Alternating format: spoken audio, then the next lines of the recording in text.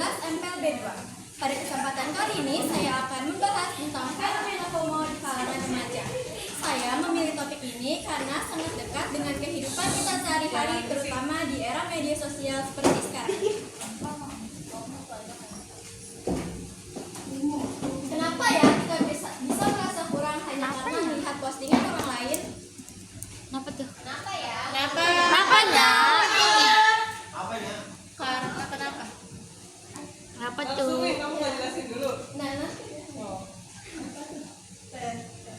FOMO atau fear of missing out, yaitu perasaan takut ketinggalan tren,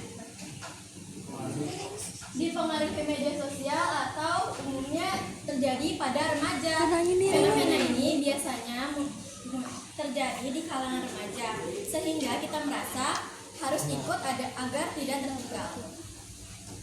FOMO dapat disebabkan oleh beberapa faktor seperti kecanduan media sosial, pengaruh lingkungan pertemanan, rasa ingin diakui, dan kurangnya rasa percaya diri. Hal ini membuat kita merasa harus mengikuti apa yang dilakukan oleh orang lain.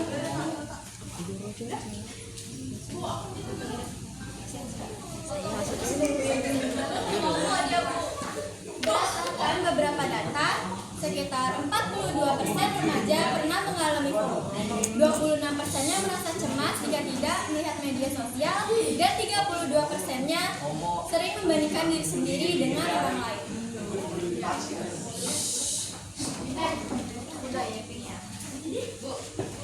Nah, FOMO ini memiliki dampak positif dan negatif. Dampak positifnya, kita bisa menjadi lebih update terhadap informasi-informasi baru dan termotivasi untuk mencoba hal-hal yang baru.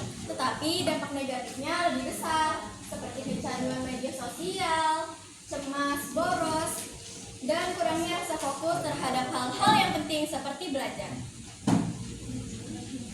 Nah, cara mengatasinya, kita bisa membatasi penggunaan media sosial, fokus pada diri sendiri, lebih percaya diri, dan bersyukur dengan apa yang kita miliki.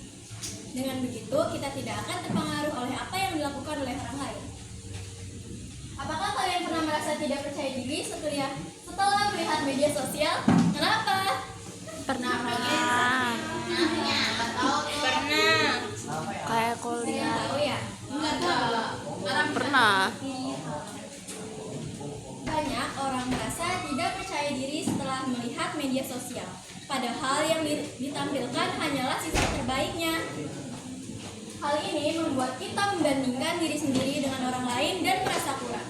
Jadi teman-teman semua, rasa tidak percaya diri itu muncul bukan karena kita kurang, tapi karena kita sering sekali melihat standar yang tidak sebenarnya nyata. Kesimpulannya, FOMO adalah fenomena yang sering terjadi di kalangan remaja, terutama di era media sosial seperti sekarang. Oleh karena itu, kita harus bijak dalam menggunakannya agar tidak berdampak negatif bagi kita. Apakah ada yang ingin bertanya?